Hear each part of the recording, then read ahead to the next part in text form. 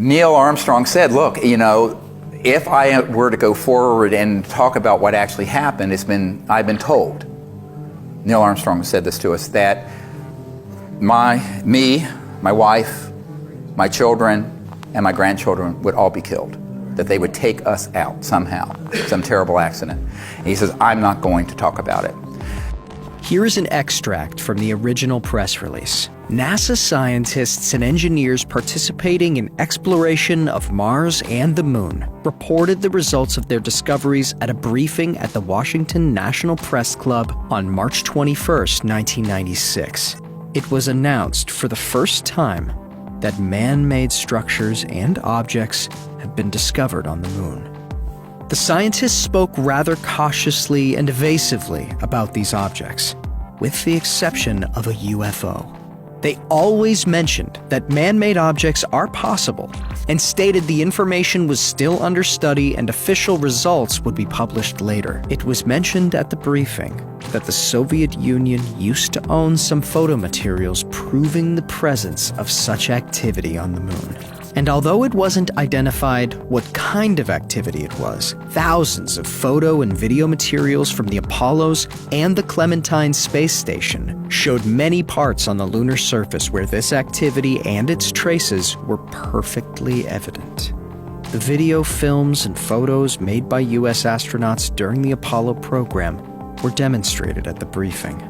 People were extremely surprised why the materials hadn't been presented to the public earlier.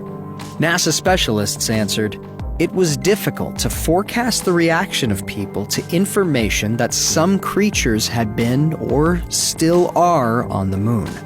In addition, there were some other reasons to it, which were beyond the control of NASA.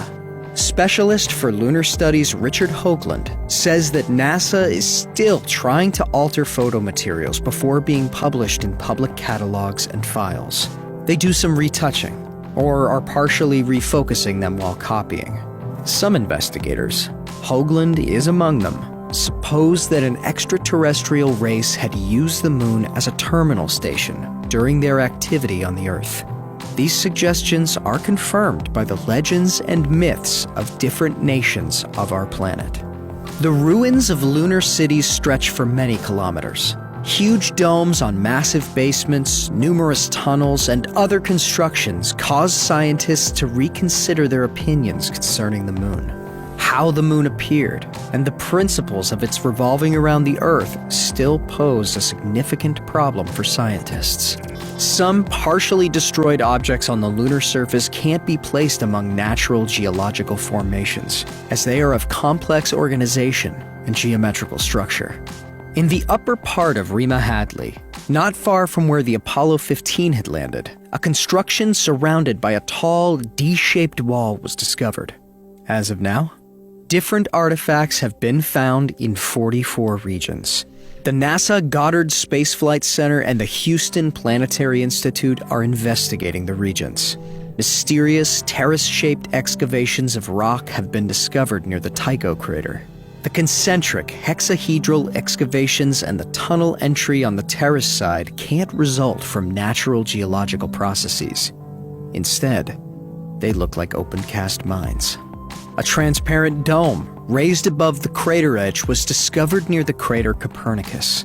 The dome is unusual, as it is glowing white and blue from the inside. A rather unusual object, which is unusual indeed even for the Moon, was discovered in the upper part of the factory area. A disk of about 50 meters in diameter stands on a square basement, surrounded by walls. In the picture, close to the rhomb, we can also see a dark, round embrasure in the ground, resembling an underground Caponier entry. And so we reached out to him and invited him to come to those events, and he politely declined and told us that it was made very clear to him and the other Apollo astronauts who witnessed this first event, where when we landed at the crater on the Moon, the rim at the top of the crater was, quote, crowded with UFOs, the craft that were up there, multiple of them, and that these were filmed. I know people personally who've seen that film. There is a rectangular area between the factory and the crater Copernicus, 300 meters wide 400 meters long. Apollo 10 astronauts took a photo of a 1-mile-long object called Castle, which is at the height of 14 kilometers and casts a distinct shadow on the lunar surface. The object seems to consist of several cylindrical units and a large conjunctive unit. The internal porous structure of the castle is clearly seen in one of the pictures, which gives the impression that some parts of the object are transparent. As it turned out at the briefing where many NASA scientists were present, when Richard Hoagland had requested originals of the castle pictures for the second time, no pictures were found at all. They disappeared, even from the list of pictures made by the Apollo 10 crew.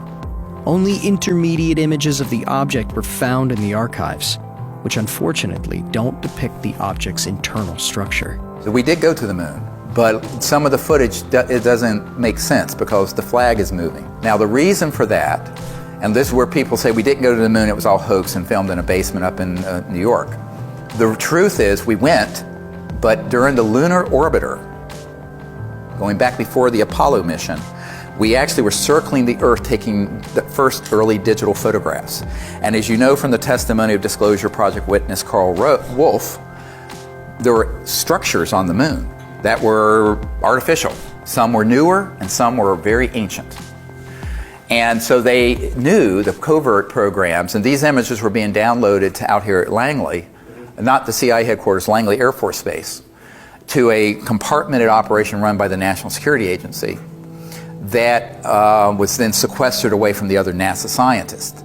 But the people running that project, the deep black people in those projects, knew that it was likely we were going to encounter something not of this world or a UFO when we landed. Therefore, they had filmed some footage that they could splice in if something started happening. So during the live transmission, if something started happen, there's a delay that went through this National Security Agency filter, and they could immediately, instantly put in. And that's why there's a couple frames where the American flag is moving. Well, there's no atmosphere on the moon, okay? Which was the one mistake they made in that whole plan. That's the telltale giveaway. When the Apollo 12 crew landed on the lunar surface, they saw that the landing was observed by a half-transparent pyramidal object. It was hovering just several meters above the lunar surface and shimmered with all the rainbow colors against the black sky. In 1969, when the film about astronauts traveling to the Sea of Storms was demonstrated, the astronauts saw the strange objects once again, which were later called striped glasses. NASA finally understood what consequences such kind of control could bring. Astronaut Mitchell answered the question about his feelings after his successful return. "My neck still aches as I had to constantly turn my head around because we felt we were not alone there. We had no choice but to pray." Johnston, who worked at the Houston Space Center and studied photos and video materials made during the Apollo program, discussed the artifacts with Richard Hoagland and said that the NASA leadership was awfully annoyed with the significant number of bizarre, to put it mildly, objects on the moon. And so when they stepped out, of course, and we're approaching actually, before they even landed, they saw them. So they were already with this sort of pre-prepared film that looked very, very good, except for this one error. And so Neil Armstrong and Buzz Aldrin know for a fact. Now, Neil Armstrong said, look, if I were to go forward and talk about what actually happened, I've been told, Neil Armstrong said this to us, that my wife, my children, and my grandchildren would all be killed, that they would take us out somehow, some terrible accident. And he says, I'm not going to talk about it. Now, Buzz Aldrin has just basically, he sort of had a nervous breakdown after this and was actually at an Air Force facility. I know a man that was there with him, and he confided that this is also what happened. I also know Buzz Aldrin's sister, who pulled me aside and says, yes, you're absolutely right, that is what happened, but it's not my job to out Buzz Aldrin on this. If he's ready and he's able and allowed, he will speak about it. But you have to understand, enormous pressure was put on these men never to speak about what actually happened. It was even said that piloted flights to the moon might be banned. Investigators are especially interested in ancient structures resembling partially destroyed cities. Photos reveal an astonishingly regular geometry of square and rectangular constructions. They resemble our cities seen from the height of 5 to 8 kilometers. A mission control specialist commented on the pictures.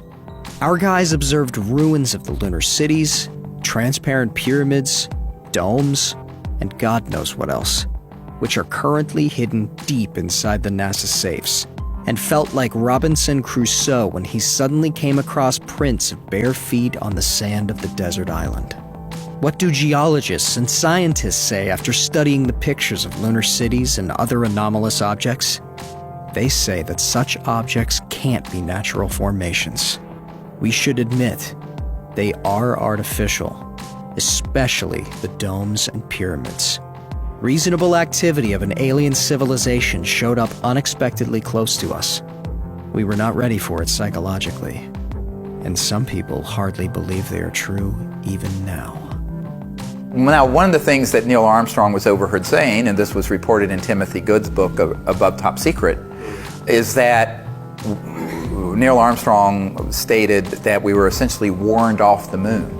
That, in other words, these civilizations did not want us going to other moons or planets to colonize them with the consciousness of nationalism and the Cold War. Because remember, the Apollo project was really a proxy for the Cold War. The United States was in a complete panic when Sputnik overtook our space program, the Soviets.